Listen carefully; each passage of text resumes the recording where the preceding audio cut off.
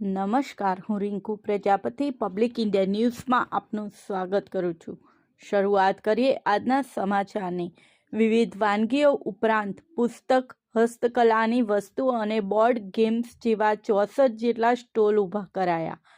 વલ્લભ વિદ્યાનગર સ્થિત સરદાર પટેલ યુનિવર્સિટીના અનુસ્નાતક હોમ સાયન્સ વિભાગ દ્વારા તારીખ 8 થી 10 જાન્યુઆરી દરમિયાન શાસ્ત્રી મેદાન વલ્લભ વિદ્યાનગર ખાતે પરંપરાગત ફૂડ ફેસ્ટિવલનું આયોજન કરવામાં આવ્યું છે।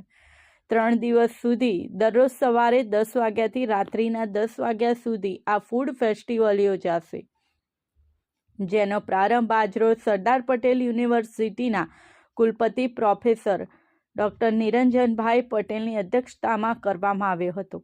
આ ફૂડ ફેસ્ટિવલમાં રંગોળી, ફૂડ પિરામિડ મોડલ, પરંપરાગત વાનગી જેવી કે ઊંધિયું, બટાકાની જલેબી, પોક વડા, હાંડવો, મિલેટના ઢોસા, ચાપડી ઊંધિયું જેવી ઘણી બધી વાનગીઓ ઉપરાંત પુસ્તક, હસ્તકલાની વસ્તુઓ અને બોર્ડ ગેમ્સ જેવા 64 જેટલા સ્ટોલ પર પ્રદર્શન અને વેચાણ કરવામાં આવી રહી છે।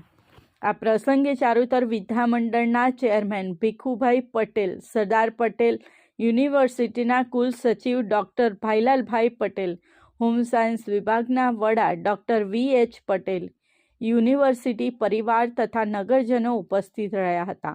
આણંદ વિદ્યાનગરની જનતાને આ પરંપરાગત ફૂડ ફેસ્ટિવલનો લાભ લેવા સરદાર પટેલ યુનિવર્સિટી દ્વારા અનુરોધ કરવામાં આવ્યો છે। આ સાથે આજના સમાચારને અહીં સમાપ્ત કરીએ છીએ।